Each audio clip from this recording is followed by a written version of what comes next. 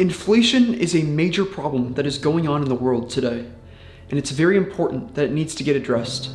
Simply put, inflation is the rate of change in prices of goods and services in an economy. Rising inflation means that the average person has to pay more for goods and services. When it comes to economic life in the world, surprisingly, the price of things rises quite frequently. In fact, as you look at the prices of things in the past, it's mind-blowing to think how much they've increased over time. For example, as you look back in the 1970s, a cinema ticket could be sold for $1.70.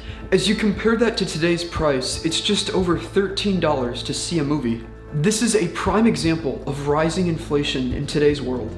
Inflation can be a major problem in countries and economies because it has a negative impact on purchasing things as well as the price of what things cost.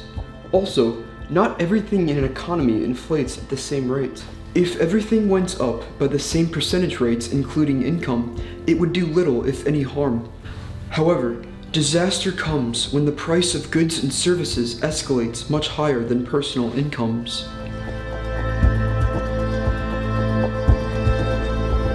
The causes of inflation generally are related to supply and demand issues. At any given time, inflation can be a result of a mix of market and policy forces. Additionally, inflation has formed negative impacts on individuals' lives, especially those earning low income. For example, inflation has made it extremely difficult for retirement planning, as the amount of money that people save decreases in value, especially when prices are raised because the money will buy a lot less. Overall, inflation has caused everyone to pay more money for the same goods and services than before. Over time, inflation increases the cost of living drastically, and as the inflation rates continue to rise, it can challenge countries' economies, leading them on the path of failure.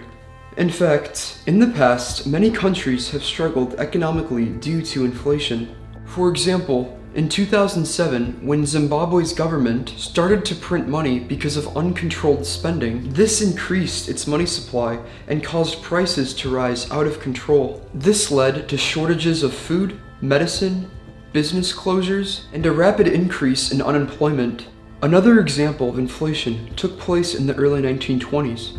This was when the German Weimar Republic was responsible for paying reparations which could not be paid in German paper currency, as this was of suspect value due to government borrowing. Germany attempted to print paper notes, buy foreign currency with them, and use that to pay their debts. This led to the rapid devaluation of the German mark, and hyperinflation accompanied the development.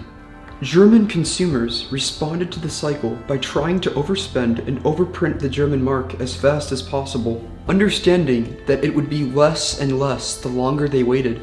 However, more and more money flooded into the economy, and its value plummeted to the point where people would paper their walls with practically worthless bills.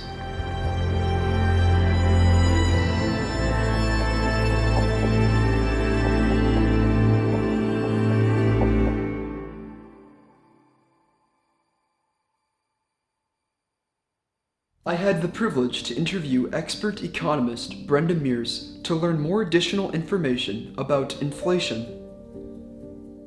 So we're right now here with expert economist Brenda Mears. Thank you for doing this. Yeah. Really appreciate it. So why does inflation happen in the first place? Okay, well, the definition for inflation is there's too much money chasing too few goods. So we have too much money out there with individuals and governments, and so there's just too much money, and so because there's too much money, it's losing its value. So we have too much money chasing too few goods. A lot of it happened because of COVID and the shutdowns. We weren't making as many products at that time, and other countries too. A lot of the factories were closed down. That's caused supply chain issues. Still to this day, I mean, 2 years later, it's hard to get products. And even right now with China having harder lockdowns, we're still having supply chain issues. It's harder to get our products to sell. So when you don't have a lot of products to sell and you have a lot of money out there, which the government stimulated the economy in the last 2 years to try to pump up the economy because of the the recession that we were having. They gave money, like through stimulus money, to businesses and individuals. They did a lot of different things, like the Federal Reserve lowered interest rates so that people would have more money to spend on houses and cars and things like that, durable goods. And then they did other things like open market operations to get money in people's hands. So now people have a lot more money, but because of supply chain issues, we have a lot less goods. So it's a perfect storm for inflation. So again, the definition of inflation is too much money chasing too few goods, and that's exactly what's happening right now in the United States. What are the different kinds of inflation, and what do they all mean exactly? Okay, there's demand pull and cost push. So demand pull would be everybody's wanting a lot of goods. So they're pulling, they're encouraging, they want more goods, the demand pull. Otherwise, there's also cost push inflation, which people who are in business, they're making products or making services, and they have higher costs, so they will push those costs onto the consumer. So if they have to charge higher wages for their products, they're going to end up having to charge higher prices for their products than in the long run, and that's another form of inflation. So there's two different types. When people in countries struggle with inflation, who does it affect the most? Well, the people that are fixed income earners, people that are retired, for example, that only get a certain amount of money. So they were planning on retirement, and so they're planning on a certain dollar amount every month to come in. And then all of a sudden prices went up, but they're still getting the same amount of money. So that's really going to hurt a fixed income earner. It does actually, inflation helps some people. If you own assets, they're appreciating in value. For example, houses are really appreciating in value right now. And if you own a house, that actually helps you. So inflation hurts some and helps others. So it acts like a tax. It redistributes wealth. So it could help you or it could hurt you. When countries deal with inflation, what are the best ways to control or reduce it? Well, they need to bring back the money supply, have less money in people's hands. And there's a bunch of different things they can do. They can do fiscal policy and monetary policy. So fiscal policy is government spending and taxation, and that's done by Congress and the president. So they can determine that kind of thing. So when you're trying to control inflation, you want to have less government spending, less money out there, and you want to increase your taxes so that people have less money in their hands and they will spend less to get money out of people's hands. So then the money will be worth more if there's less of it. So that's fiscal policy. You can also, another tool is monetary policy. Monetary policy is done by the Federal Reserve. And the Federal Reserve does three things to bring back the money supply when there's an inflation issue. So opposite of inflation is unemployment. And during monetary policy, during March of 2020, when we were dealing with a lot of unemployment and we were in a recession, monetary policy, the three things they do is reserve requirement, interest rates, and open market operations.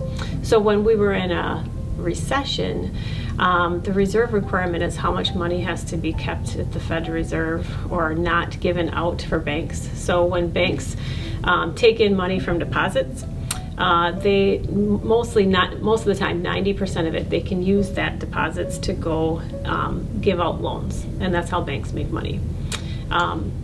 Sometimes if we want to bring back the money supply, the Federal Reserve will make sure that you have a higher reserve requirement, which means you have to keep more money at the Federal Reserve or in your vault, and then you have less money to hand out for loans, so that will decrease the money supply. And that's something we could do right now with inflation. When we were in a recession, you want to do the opposite. You want to have less of a reserve requirement, less money that you have to keep at the Federal Reserve or in your vaults, and more money that you can loan out to other people. So that would be your first monetary tool. The second monetary tool is discount rate. and the federal funds rate. So discount rate is how much banks can get money from the Federal Reserve. If they need to get money, they can borrow money from the Federal Reserve and then loan it out. If the discount rate is very low, like 1%, what it is right now, then it's cheaper to give them money to other people for their houses and their cars. So if I get money from the Federal Reserve at 1%, I will give money to other people for loans of houses and cars at maybe 5%, and I'll make the difference 4%. I can also get money from other banks if I'm a bank. It's called the federal funds rate, and it might be a little cheaper than the discount rate. And if that's low, then I can also loan out money cheaper. So that's what you want to have. You want to have low rates during a recession because you want it to be cheaper for people to borrow money, and then they'll go out and spend it, buy more cars, buy more houses. But now, in inflation, what's happening right now is opposite. We want to raise rates, and that's what the Federal Open Market Committee and Jay Powell is doing right now. You might hear in the news in the month of May, they increased rates quite a bit higher than they have in the past. So that every time they increase rates, and they can increase them every 6 weeks, they meet, the Federal Open Market Committee, and they will increase rates. So they did increase the rates May 4th, and so now they're going to slowly increase the discount rate, which makes it harder for banks to borrow money from them. It's more expensive. So then banks will not lend out money to other people either. It'll be harder for people to borrow, because if the federal funds rate or the discount rate is higher, the way that the banks get their money, they're going to have to charge higher money for loans for houses and cars and durable goods like that. So it's going to be more expensive for people to buy houses and cars, and they won't spend as much. And that will kind of bring back the money supply then. So that will cause inflation to shrink. And the last step, so we have the reserve requirement, the interest rates, discount rate, and federal funds rate. The third one is open market operations, which the Fed uses the most, where they can buy and sell treasuries and government-backed securities. So if you have a treasury bond, for example, so a bond with the U.S. government, and I want to make sure that you have money in your hands instead of holding on to this IOU from the government, this bond, I will go buy your bonds from you. I will buy the bonds, and then I will hold the bond instead of you holding the bond, like the IOU, and then now you have money in your hands and you can go spend it. And you would want to do that during a recession. But now we're worried about inflation, so I will go back and buy the bond back from you. So I will go ahead and I'll sell the bond to you, and then you give me the money. Okay, so I'll sell you a bond, a U.S. Treasury bond, and then because I sold it to you, you give me the money. And this would be banks giving them the money. So then now the banks don't have as much money because they sold those to the Fed. So that's open market operations, buying and selling of government treasuries, securities. So that one's done the most because it's done so quickly. They can buy and sell bonds daily. So those are the two things are fiscal and monetary policy. Fiscal is done by the Congress and the Fed, and monetary policy is done by Congress and the President. Monetary policy is done by the Federal Reserve. And you hear about monetary policy a lot in the news lately. So currently, with the high inflation rates in the economy right now, do you think the rate will continue to decrease or increase? It's hard to say. We don't have a crystal ball, but the Fed has been projecting that they are going to slowly increase rates, but slowly. They don't want to shock the economy, so they just every 6 weeks when they meet, they'll just raise it. Right now they raised it a 0.5, so 50 basis points. And so they're increasing rates just a little bit. They're projecting the next one will be 0.25 or 25 basis points in 6 weeks. So every 6 weeks they're just going to inch it along, just to not scare people, but just to slowly start bringing that money back, because we've recovered from the shortest recession that we've ever had. So now we can start to bring back the money supply and get it out of people's hands so we can stop inflation.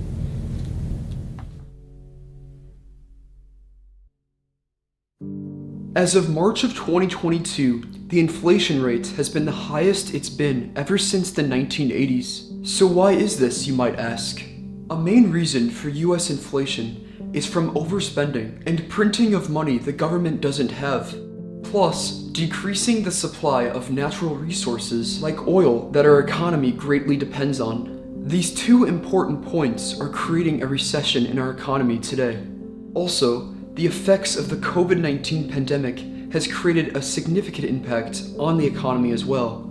In March of 2020, the COVID-19 pandemic put the US economy to a halt.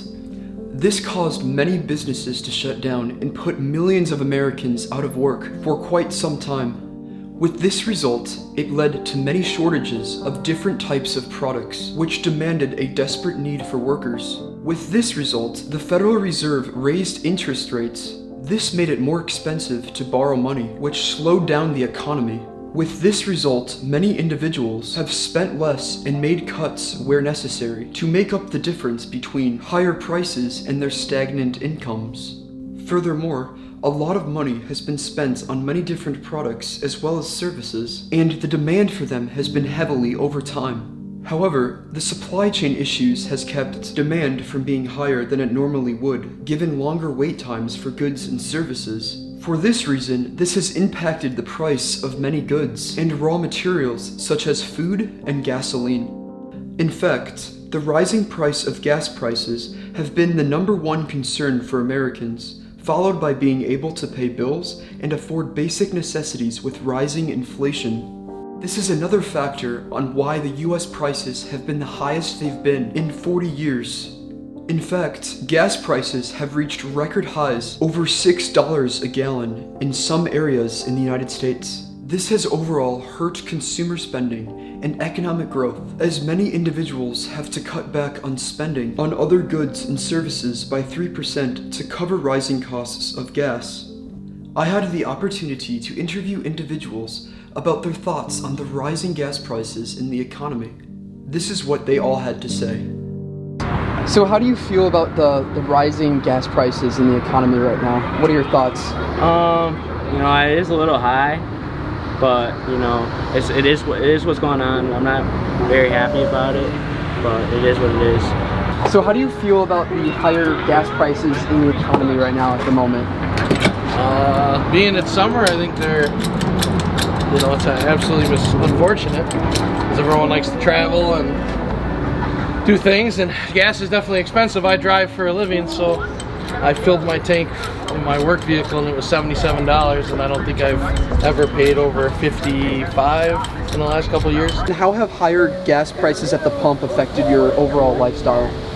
It's going to reduce traveling this summer with the family and stuff like that. Less trips, but to save some money somehow. How have the higher gas prices at the pump affected your lifestyle? Not terribly. Obviously I get to keep less money from my expense checks for work. And if we're going to go on vacation, we have to figure that in. We're going to Florida next month, and instead of driving, we are flying because I think it's honestly cheaper to fly. And then how have higher gas prices at the pump affected your overall lifestyle? Definitely can't drive this for every day. So I have a second car, so this is my weekend truck, and then I have a car that drives me to work. So it's affected me a lot because I'm a mason. I bid jobs a year ago, and I have to stick with my price. And I had 2 jobs on Lake Poygan, so I'm driving an hour there, hour back, and I was spending like $4.50 a week on gas, and it's not even. That cuts into my profit and my living. So, it's terrible. Who or what do you think is responsible for the high gas prices in the economy? Oil companies. Oil companies? Really? They're the ones producing the gas, aren't they? Well, I think it's a lot of things, but a lot of it's political, but I think we should be self-sufficient and not buying oil from Russia and China if we didn't close or stop that pipeline. And the fracking, they say, is bad, but it kept people in with work, and gas was like $2.60. Unfortunately, the prices of different types of consumer goods and food products have skyrocketed in price across the country. In March of 2022, the prices for consumer goods rose by 8.5%, according to the Labor Department, which is the largest year-on-year increase since 1981. Also, food prepared at home costs 10% more than it did a year ago, making it more difficult for consumers to save money by eating out less. In comparison, the year-over-year average cost of takeout and restaurant meals climbed to 6.9%. This is mainly because the cost for essential food items needed to prepare meals increased due to supply chain issues, disrupted harvests, and labor costs. These items have jumped up in price by the following rates in the last year. With the high inflation rates in the economy right now, I wanted to learn more about it, so I met with trader of energy commodities Tom Medema to talk all about inflation fixes in the economy right now. So Tom, what are the best ways to combat inflation in the economy right now? Well, there's three things we can do that would really have a really big impact. One is if we increase the supply of oil in our country. We used to be the world's largest producer of oil when President Trump left office. Since then, we have lost over 1 million barrels of production a day. You understand how that oil is priced in a market economy, not by the oil companies. So when we cut the supply of something that forces the price off the charts high, I mean, it's just, we're at all-time oil price highs here. And I think if we just open the pipeline to Canada, we allow our leases to go through in Alaska on the reserves for drilling and other things to help the production, fracking. It would have a dramatic effect on lowering the price of oil, which, by the way, is the lifeblood of the economy. It would have an effect across the board on everything, okay? That's one. Two, we all know inflation is from massive spending on money we don't have. So what does the government do? It prints it. That devalues the dollar and really is the major cause of inflation, overspending. So if we cut back on spending, do less printing, and maintain, it'd be wonderful if they had a balanced budget. The government does not have that. Lastly, once you do those first two things, I think a marginal tax cut would really help our economy get going again, and this would also have an effect on bringing down inflation. So if you let people and corporations keep more of what they have, to invest back into the economy, hire people, and get things rolling, that has a dramatic effect. And history shows this. Ronald Reagan did it. Tax cuts were under the George Bush administration, had tremendous positive effect on the economy. I think right now we are in a period of stagflation and or recession. Stagflation, the market is going nowhere, the economy is going nowhere, and we're in high inflation right now.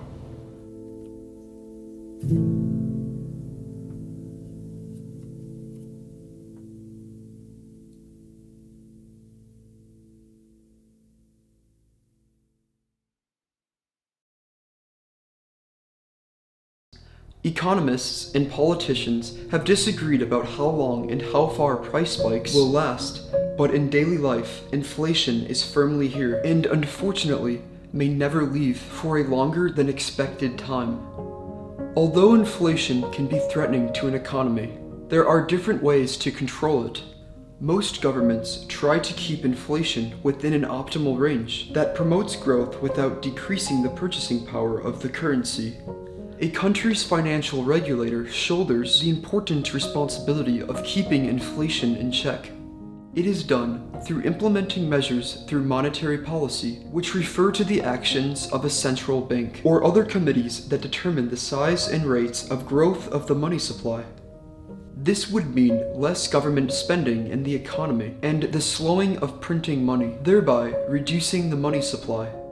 Contractionary monetary policy can be implemented as well to control inflation by reducing the money supply and increase interest rates over time.